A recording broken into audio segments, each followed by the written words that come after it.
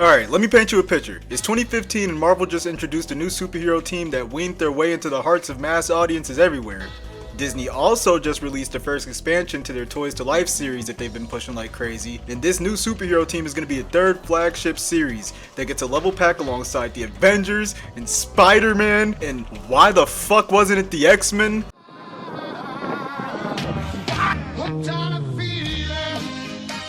Alright guys, we already know the drill, so I don't have to explain what Disney Infinity is for a third time. But I probably should explain how, unlike the other two playsets, this level pack isn't directly inspired by any pre-existing cartoon, instead opting to just take aspects from the first Guardians movie and throwing a few characters from the comics and calling it a— that was a mean ass stutter, calling it a day. Anyways, the story kicks off with the Guardians in the Milano being pursued by Neocrafts because they stole something from Ronan the Accuser. Star-Lord, the genius leader and tactician he is, calls Cosmo the Soviet space dog to bail him and the rest of the team out, so they get access granted to nowhere and touch down to find the Collector after dealing with some straggler ships that followed us in. We eventually do find the Collector, and it turns out that special something that we stole was one of the 6 Infinity Stones. Now that we got the basic overview of what the story is about out the way, let's talk about who you'll actually be playing as during this expansion, which is Star-Lord, Drax, Gamora, Groot, Rocket, Yondu, and Ronan the Accuser, with the 2 crossover characters being Iron Man and Nova.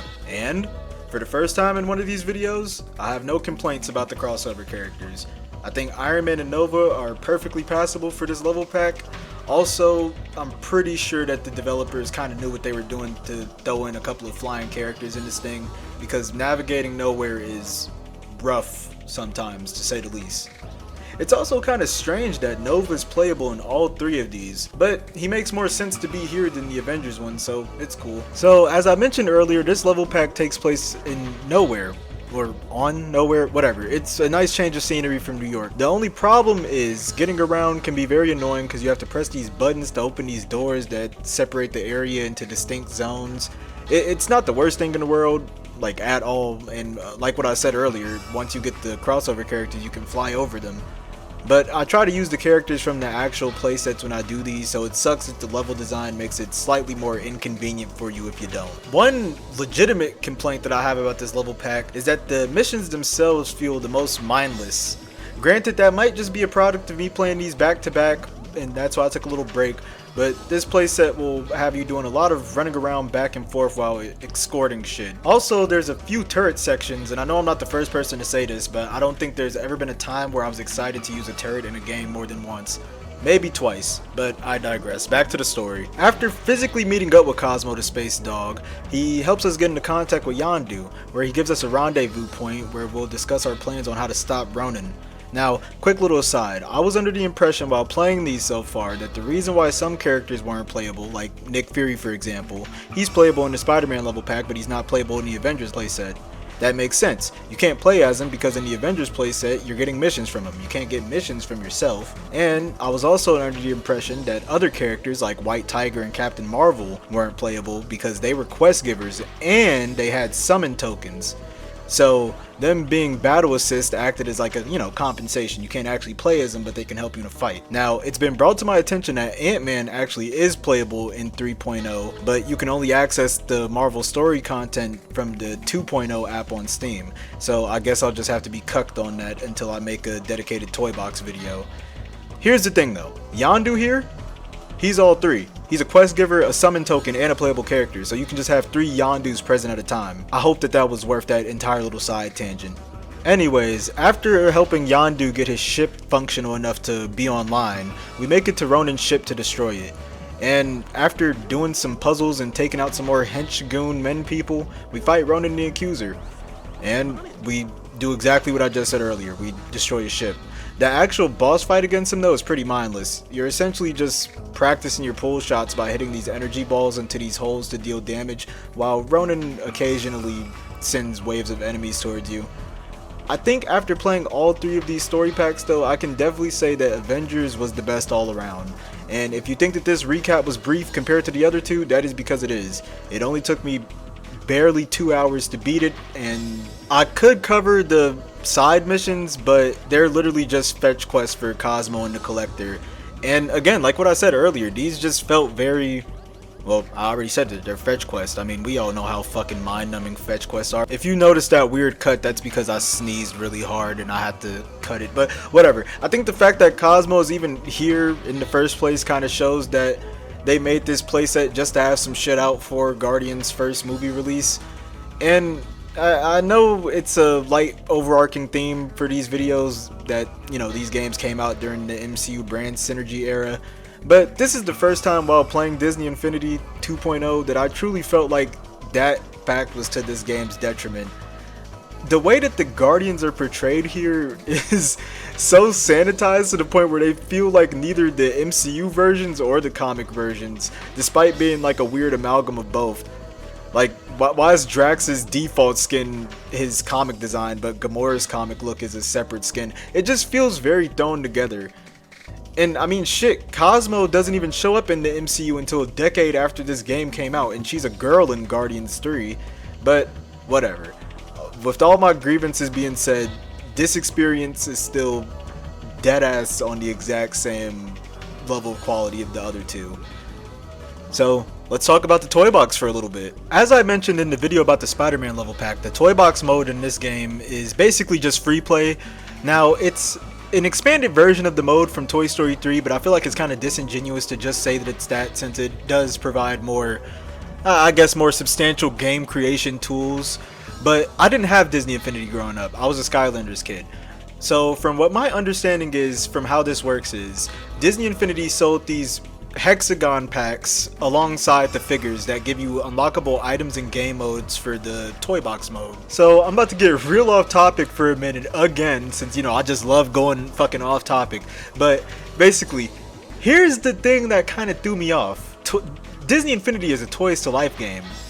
Like, in theory, the appeal to Toys to Life is the figures that you buy act as toys and have functionality in game. Now, realistically, I should have probably said statue. Well, no, not even me. Realistically, they should have said statues to life instead of toys, because even when I was younger, I kind of had this subconscious understanding that the whole appeal of Skylanders, Amiibo, and Disney Infinity, it was never about the actual toy aspect of them, and more about the fact that having a bunch of things in a group looks cool.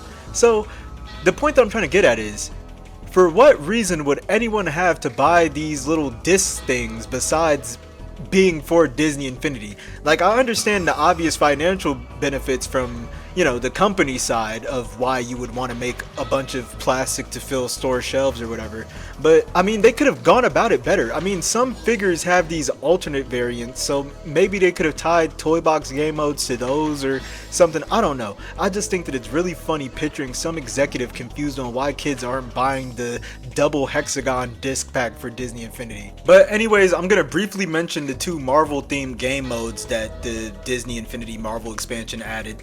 So, come on.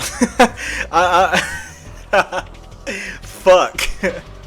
Okay, so we're gonna briefly go over the two game modes that Disney Infinity 2.0 adds to the toy box mode. The first of which being Assault on Asgard, which is a wave defense mode where you get a variety of tools to help fend off waves of frost giants that Loki sent to attack Odin's kingdom from, you know, he's Loki, he's trying to invade Asgard. I didn't play through it all the way though because the progression doesn't transfer between apps, so I'm saving it for the dedicated video that I'm gonna make about the toy box. But rest assured, I finally played as Nick Fury and it was fine. It was fine. I have literally nothing else to say about this mode. The second one is Escape from Klin, where you're put in an intergalactic space prison and are faced with the task of escaping before Ronan the Accuser catches you. Now, this mode actually changes up the camera angle a bit, and it gives a little bit of an isometric Diablo vibe, and I wound up accidentally playing more of it than I intended, but unfortunately I had to cut it short so I wouldn't accidentally cannibalize any talking points that I had for the next video. But rest assured, this is some valid fucking content right here. I put a good 40 minutes into this, which is saying a lot, considering the fact that, you know, I should have been done with Disney Infinity 2.0 like a week ago, but whatever. Alright, you already know the drill by now. It's outro time since, yeah, I decided that this is just gonna be a thing now. But first of all, holy shit, I cannot believe that we're at 500 subscribers. I mean, the last video that I made, I said that I was gonna finish Spawn Armageddon at 350, but, you know, unfortunately this week I decided to be Captain Save-A-Ho and pick up a bunch of extra shifts. And I wasn't saving shit. It was purely because I wanted more money. Whatever. Besides the point. Anyways, I checked my channel again before I started working on this video, and I saw that I was at like 400 something. And the fact that, like, I don't know, this shit feels crazy how fast the shit grown, and I'm, you know, I really don't know what else to say, but yeah, I feel accomplished. That I was gonna say like a whole big fucking thing, but you know, it's still like only 500. But like, I'm a nigga. I've never, like, as a nigga who never like comments on things, never post anything. It felt so cool with the Avengers video, just seeing a bunch of people talk about like their experiences with this game and shit. Because, you know, I didn't play Disney. Well, I did play Disney Infinity growing up, but I didn't own Disney Infinity growing up. My cousins did. So I don't know. It's cool having a little taste of what it feels like to fucking put something out and have people actually like and enjoy it, and, you know, use it as a vessel to share their own memories. It's a really cool feeling, and I'm glad that I was able to experience it, especially since I don't know. I mean, it's just a really cool fucking feeling, and I'm very grateful for it, despite how, in the grand scheme of the human population, it's quite literally microscopic, but it's fucking awesome. And I will be riding this high for the next 4 months. So, thank you very much for watching. You know, well, I guess technically this isn't the first series out the way, since I'm still covering more Disney Infinity, but this is the end of Disney Infinity 2.0. And thanks for sticking around to, you know, experience it. And like if you like it if you dislike it, and subscribe. I'll see you in the next one.